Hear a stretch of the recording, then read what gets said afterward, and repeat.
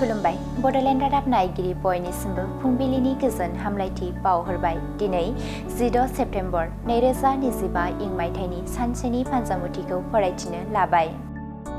मेष राशि नखरनि हालसाला गोग्लैसोलांगोन, गोबां रांनि आंखाल नुजाथिगोन, गुबुननि मदद लानांनो हागौ। वृष राशि गोबां रां खहा जानो हागौ, मुवा बेसाद बायनाय समाव गोबां खेब सानग्रोनाया गाहाम, जेंना गोनां सान। मिथुन राशि गावनि साननाय लुबैनायफोरखौ मोनफुंनो हागोन, गोसोआव गोजोननाय मोनगोन, साना गाहामैनो बारलांगोन। कर्कट राशि बेसेन गोसा मुवा बेसाद गोमाजानो हागौ, गोबां दुखु मोननांगोन, सांग्राङै सोलिनाया गोनां। सिंह राशि खाबु गोनां सान, गोसो होनानै मावब्ला जाफुंसारनो हागोन, गोबां रां धोन आरजिनानै लानो हागोन।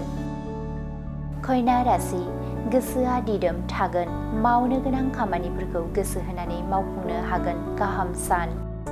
तुला राशि जिउआव लानाय थांखि सिमांफोरा आद्रा थागोन, गोसोआव गोबां दुखु दाहा सहायनांगोन, गाज्रि सान। वृश्चिक राशि बिसि फिसायनि गेजेराव नांज्लायनाय जाफ्लांनो हागौ, सानै हयै बाथ्रा बुंनाया गाहाम, जेंना गोनां सान। धनु राशि नखराव सुखु गोजोन फैगोन, बयजोंबो अनज्लायना गोरोबलायनानै थानो हागोन, गोजोननि सान। मकर राशि समाजनि हाबा मावनो थाखाय गिदिर बिबान मोनगोन, गोसोआव गोजोननाय मोनगोन, बयनिबो अनसायनाय आरो थुलुंगा मोनगोन। कुम्भ राशि गोजौ सोलोंथाइ लानो थाखाय गोबां रांनि आंखाल नुजाथिगोन, गोसोआव गोबां दुखु सहायनांगोन, गुबुननि मदद लायोब्ला गाहाम जागोन।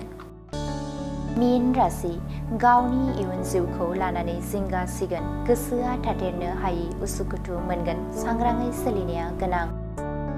दिनैनि राशि फरायथिनाया एसेनोसै। बेजों लोगोसेनो दिनैनि साना बुहुमनि साफ्रोमबो सुबुंफोरनि थाखाय गाहाम जाथों, बेनि थाखाय बडलेण्ड रादाब नखरनि जानानै इसोरनि खाथियाव आरज गाबनाय थाबाय। गोजोन्थों।